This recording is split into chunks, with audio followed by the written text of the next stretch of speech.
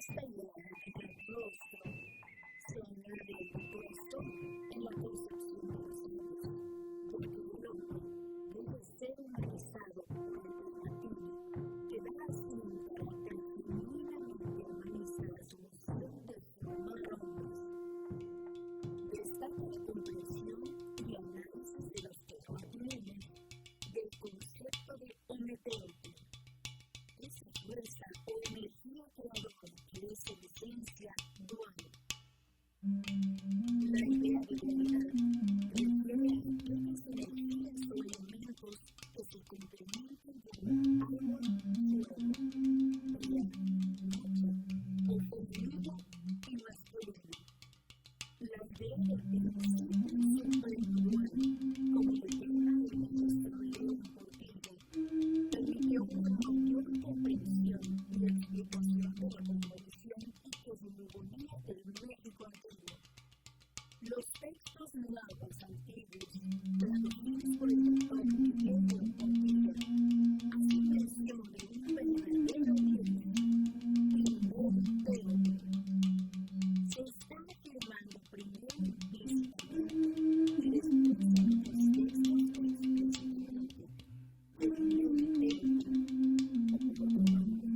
hometeote, es el principio cósmico en el que se genera el tercer cuerpo existe del universo.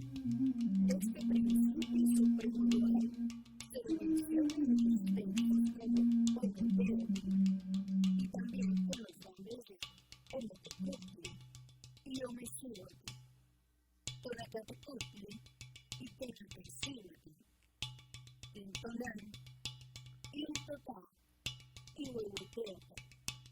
Con todos estos nombres y otros conjuntos aquí, el maestro León Portilla, se está designando al mismo principio dual. No podía faltar en esta grandiosa obra la figura del más bello de Náhuatl, el señor de Texcoco, Mesa de la Cosa, a quien se le atribuye el redescubrimiento de la idea de un Dios santo, creador de todas las cosas. Fue precisamente en el Náhuatl que además utilizó las expresiones propias de Náhuatl, el Náhuatl, para referirse al principio supremo dual.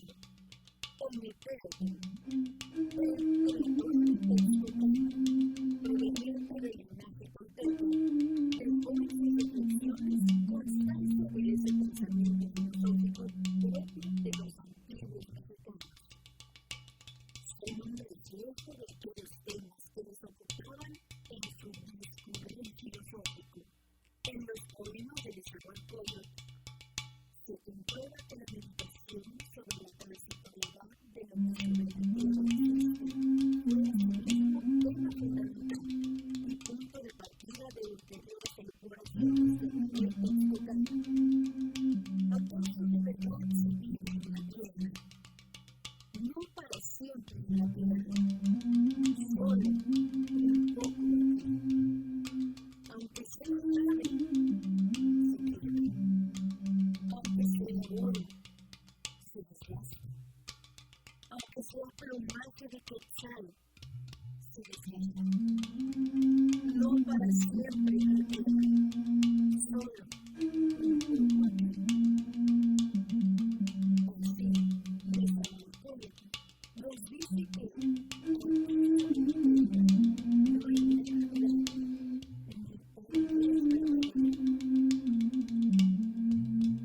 la conclusión sería entonces, según el maestro León Portilla, que aquí puede estar en esta vida aquello que implica de todos los